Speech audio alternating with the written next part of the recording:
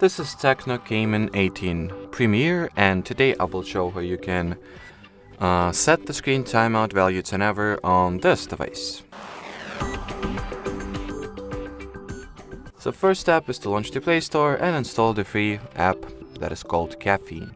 This is the tool that allows us to set the auto screen off value or sleep value to never to begin with, since the default settings unfortunately do not provide us with an opportunity to go any higher than like 10 or 30 minutes if I'm not mistaken.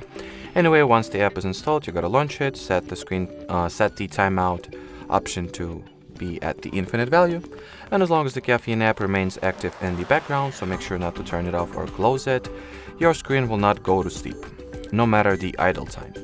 So that will be it for this video. Thanks for watching, and bye bye.